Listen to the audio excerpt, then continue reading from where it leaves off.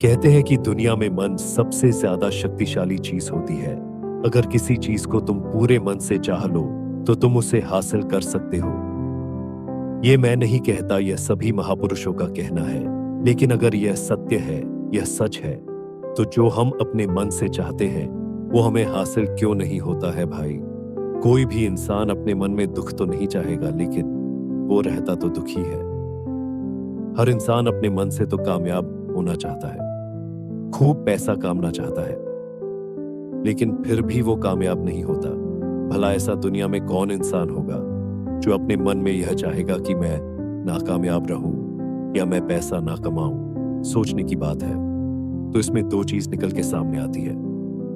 या तो वो महापुरुष गलत है जिन्होंने यह बात बोली कि हर चीज मन से हासिल हो जाती है, या फिर हम गलत हैं। आज की कहानी जो मैं आपको सुनने वाला हूं, उसमें आपको वो मंत्र मिलेगा।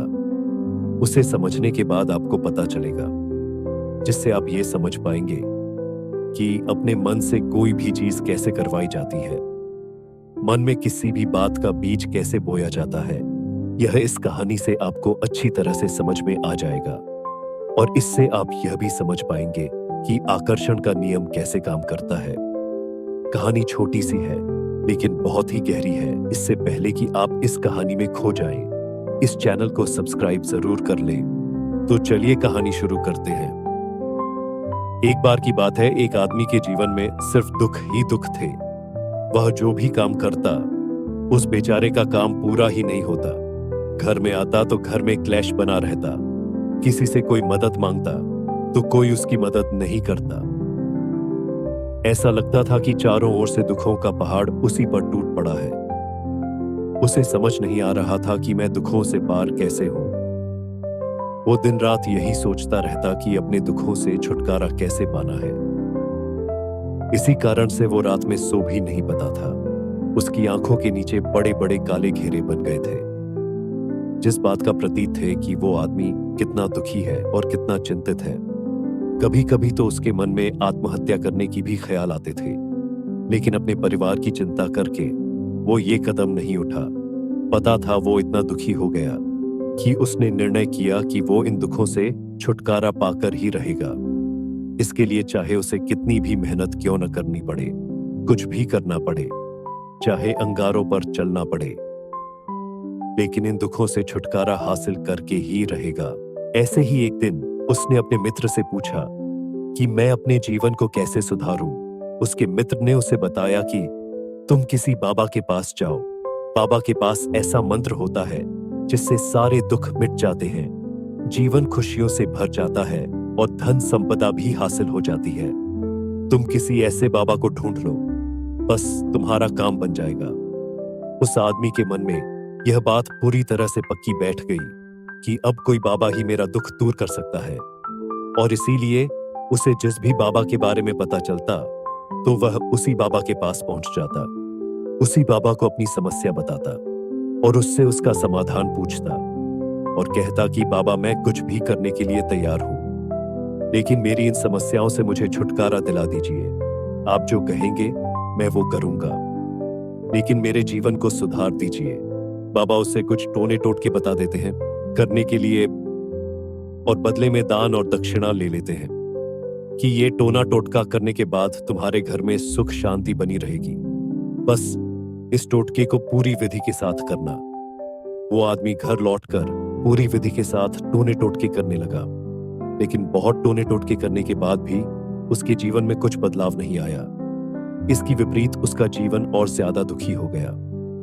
जो भी बाबा उसे टोना टोटका देता था, वह बदले में उसे दान और दक्षिणा लेता था, जिससे उसका धन भी धीरे धीरे खत्म हो रहा था। इससे उसके जीवन में दुख और ज्यादा बढ़ गए। तब उसे लगा कि बाबा के पास जाने से तो मेरे जीवन में से दुख कम होने की बजाय बढ़ते ही जा रहे हैं। तो मुझे क्या करना चाहिए? बाबा के पास जाऊं या ना जाऊं? फिर एक दिन एक आदमी ने उसे बताया कि तुम अपने घर में किसी पंडित को बुलाकर हवन करवा लो। हवन होगा, घर शुद्ध हो जाएगा। कोई भी बुरी ऊर्जा होगी घर में तो वो घर से बाहर चली जाएगी। किसी पंडित को बुलाकर पूरे विधि विधानों से मंत्र उच्चारण कर और हवन करो, जिससे घर में सुख शांति आए। फिर उस आदमी के मन में यह बात बैठ गई और उसने एक पंडित को अपने घर पर बुलाकर हवन करवा दिया। हवन अच्छी तरह से संपन्न हुआ। बदले में पंडित ने भी अच्छी दान और दक्षिणा ली और उसके बाद वहां से विदा हो गया। लेकिन कुछ दिनों के बाद उसे आदमी को महसूस हुआ कि उसके जीवन में अब कोई बदलाव नहीं आया है। अब वो आदमी पूरी तरह से दुखी हो गया और ज्यादा परेशान हो गया। अब तो उसे लगने लगा था कि मेरे जीवन में से दुख कभी खत्म ही नहीं होंगे। और यही सोच सोचकर उसे आदमी का बुरा हाल हो गया था। फिर एक दिन उसे अपने मित्र से किसी बाबा के बारे में पता चला जो समाधान बताने के लिए कोई दान और दक्षिणा नहीं लेता था। उससे आदमी को लगा कि यह बाबा दूसरे बाबाओं की तरह नहीं हो सकता, क्योंकि यह दान और दक्षिणा तो लेता ही नहीं, और अगर दान और दक्षिणा नहीं लेता तो यह सच में कोई सिद्ध बाबा होगा। और यही सोचकर उस बाबा के पास पहुंच जाता है। जब वो आदमी वहां पर पहुंचता है तो वो बाबा ध्यान में बैठे हुए थे। ये देख वो आदमी उनका वहीं पर चुपचाप बैठकर ध्यान से बाहर आने का इंतजार करने लगा। थोड़ी देर बाद बाबा ने आंखें खोली तो सामने एक दुखी और परेशान युवक को बैठे देखा। वह उसकी आंखों के नीचे आने वाले घेरे देखते ही समझ गया कि आदमी अपने जीवन से कितना परेशान है। उसे संबोधित करते हुए बाबा ने पूछा कि बच्चा, क्या चाहते हो? बाबा के पास क्या लेने आए हो? उस आदमी ने कहा कि बाबा, मैं अपने जीवन से बहुत परेशान हूं। मैंने इन दुखों को दूर करने के लिए बहुत सारे रास्ते अपनाए, हर वो तरकीब करके देखी जो किसी बाबा ने मुझे बताई, हर वह कम किया जो किसी भी इंसान ने मुझसे करने को कहा। लेकिन बाबा, मेरे जीवन में दुखों में कोई कमी नहीं आई। इसके विपरीत मेरे जीवन में दुखों में बढ़ोतरी हो गई। मुझे समझ नहीं आ रहा है कि मैं क्या करूं। कभी कभी तो मैं आत्महत्या करने की सोचता हूं, लेकिन अपने परिवार की सोचकर मैं यह कदम नहीं उठा। पता बाबा, मैंने आपके बारे में बहुत सुना है और मैं बहुत उम्मीद के साथ आपके पास आया हूं। कृपया करके मुझे कोई ऐसा मार्ग बताएं जिससे मुझे अपने दुखों से छुटकारा मिल जाए। मैं अपने दुखों से छुटकारा पाने के लिए कुछ भी करने को तैयार हूं। आप मुझे कोई भी रास्ता बताएं, चाहे वो रास्ता कितना भी कठिन क्यों ना हो, मैं उसको पार करके रहूंगा। बाबा ने महसूस किया कि आदमी तो सच में बहुत परेशान है। बाबा ने उसकी बात सुनकर कहा कि बच्चा, दुखों को दूर करने के लिए मंत्र ऐसे ही नहीं मिलते। मंत्र पाने के लिए कुछ करना पड़ता है। तुम कुछ कर सकते हो?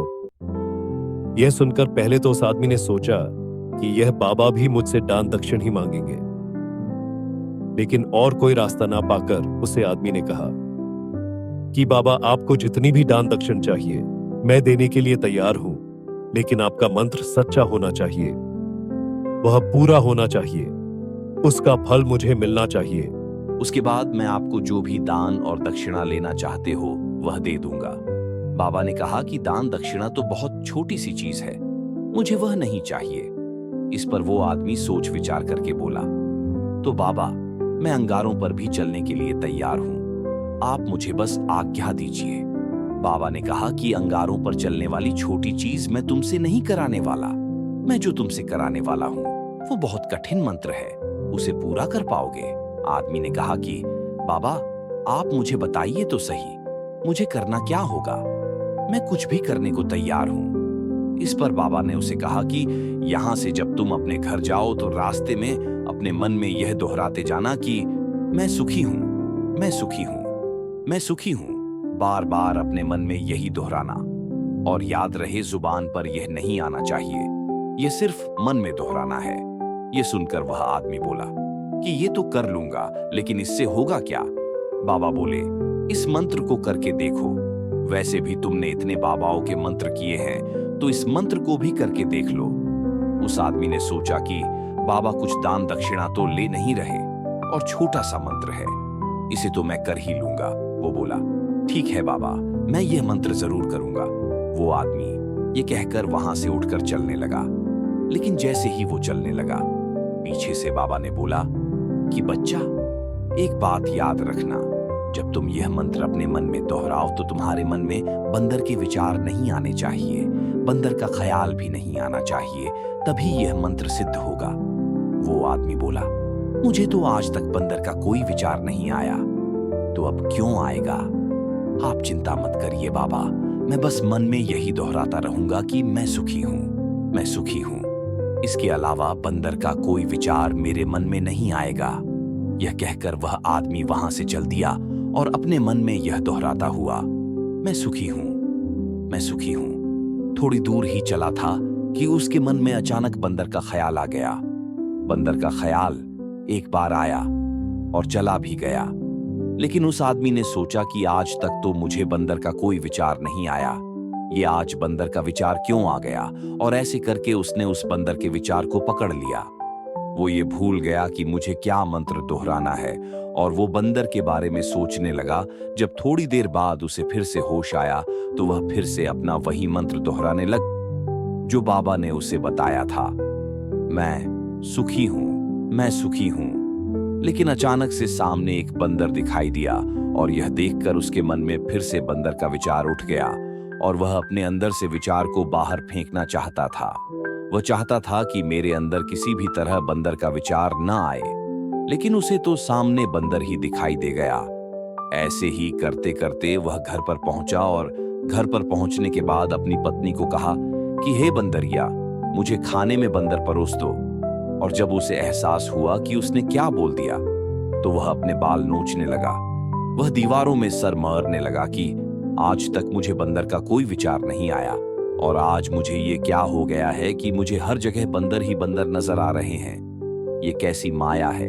यही सोच सोच कर वो आदमी रात भर सो नहीं पाए, रात भर करवटें बदलता रहा और सुबह उठकर सीधे उसी बाबा के पास पहुंच गया और उसके चरणों में गिरकर कहा कि बाबा, पता नहीं क्या चमत्कार हो रहा है, आज तक मुझे बंदर का कोई विचार नहीं आया, लेकिन कल से जब से आपने मुझसे कहा कि बंदर का विचार नहीं आना चाहिए, तब से मुझे हर जगह बंदर ही बंदर नजर आ रहे हैं। उस आदमी ने कहा कि बाबा, मुझे तो आपके पीछे पेड़ पर बैठा हुआ बंदर भी केले खाता हुआ दिखाई दे रहा है। ये हो क्या रहा है? ये सुनकर बाबा हंसने लगे। बच्चा मन का जाल एक ऐसा जाल है जिसे समझ पाना इतना आसान नहीं है। बंदर तो तुम्हारे रास्ते में पहले भी आते थे। जब तुम मेरे पास आए थे तो इन्हीं पेड़ों पर यह बंदर घूम रहे थे, लेकिन तब तुम्हारे ध्यान में यह बंदर नहीं था, तब तुम्हारे ध्यान में सिर्फ अपने दुख थे। इसके बाद बाबा ने उसे बताया कि बच्चा, हम जिस चीज से भी दूर भगाना चाहते हैं वही चीज हमारे मन में बहुत गहरे में प्रवेश हो जाती है, वह हमारे अंतर्मन में समा जाती है। असल में हम जिस चीज से भी छुटकारा पाना चाहते हैं उससे छुटकारा इसीलिए पाना चाहते हैं कि वह हमारे साथ बहुत गहरे से जुड़ी हुई है और हम जितना ही उससे छुटकारा पाना चाहते हैं वह उतनी ही गहरी हमारे मन में बैठते चले जाती है और आखिरकार वह हमारे अंतर्मन में छा जाती है। ऊपर से तो हम चाहते हैं सुखी होना कि मैं सुखी हूं, सुखी हूं। हमारे होंठ भी बोलते रहते हैं, लेकिन हमारे मन में दुख समाये होते हैं। हमारे विचारों में, हमारे मन में हमें दुख ही दुख दिखाई देते हैं। इसीलिए अपनी जुबान से बार बार यह बोलने से कि मैं सुखी हूं, मैं सुखी हूं, हम सुखी नहीं होंगे जब तक ये मंत्र हमारे अंतर्मन में प्रवेश नहीं होगा। इस पर उस आदमी ने पूछा कि बाबा, लेकिन यह मंत्र हमारे अंतर्मन में प्रविष्ट कैसे होगा? यह सुनकर बाबा ने कहा कि बच्चा, अपने दुखों से लड़ना बंद कर दो। जब तक तुम अपने दुखों को दूर करने के सोचते रहोगे तब तक वह दुख तुमसे चिपके रहेंगे, तब तक वो दुख तुम्हारे अंतर्मन पर अपना राज जमाई बैठे रहेंगे। और जिस दिन तुम दुखों के बारे में सोचना ही छोड़ दोगे, उन दुखों से छुटकारा ही नहीं पाना चाहोगे, उसी दिन से तुम्हारी जिंदगी से दुख गायब हो जाएंगे। क्योंकि किसी भी चीज से छुटकारा पाने के लिए हम उसी चीज के बारे में सोचना पड़ता है और हम जितना ही उस चीज के बारे में सोचते हैं वह उतनी ही गहरी हमारे मन में प्रविष्ट होती चली जाती है। हम अधिकतर समय दुखों के बारे में ही सोचते हैं। हम यही सोचते हैं कि हमारे जीवन में दुख है और हमें इससे छुटकारा पाना है। इसी वजह से बार बार सोचने से वो दुख हमारे अंतर्मन में प्रविष्ट हो जाते हैं और हमें एहसास भी नहीं होता। इसीलिए अगर तुम दुखों से छुटकारा पाना चाहते हो तो दुखों से छुटकारा पाने के बारे में सोचना छोड़ दो। तुम्हें दुखों से छुटकारा मिल जाएगा। अक्सर आदमी धूम्रपान छोड़ना चाहता है, शराब छोड़ना चाहता है, सुबह अपने आप से वादा करता है कि मैं कोई भी गलत काम नहीं करूंगा, लेकिन शाम को जब लौटता है तो नशे में चूर होकर लौटता है। ऐसा क्यों होता है कि जो हम सोच रहे हैं वह पूरा कर ही नहीं पा रहे हैं? असल में हम उस चीज को बहुत ज्यादा तवज्जो दे रहे हैं, उस चीज को बहुत ज्यादा नियत दे रहे हैं। जब भी हम उस चीज को छोड़ने के बारे में सोचते हैं तो हम उसकी इंपॉर्टेंस यानी कि विशेषता और ज्यादा बढ़ा देते हैं। हमारा मन उस चीज के बारे में जितना ज्यादा सोचेगा, शराब या धूम्रपान छोड़ने के बारे में जितना ज्यादा सोचेगा,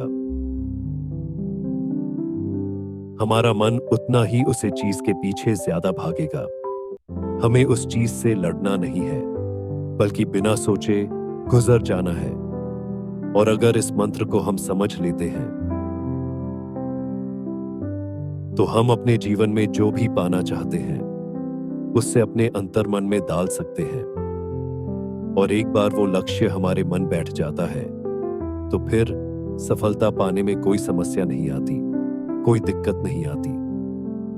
तो दोस्तों, कैसी लगी आपको यह कहानी? कमेंट सेक्शन में जरूर बताएं, और अच्छी लगी तो इस चैनल को सब्सक्राइब करना ना भूलें। तो मिलते हैं अगली कहानी में, तब तक के लिए अपना ख्याल रखें।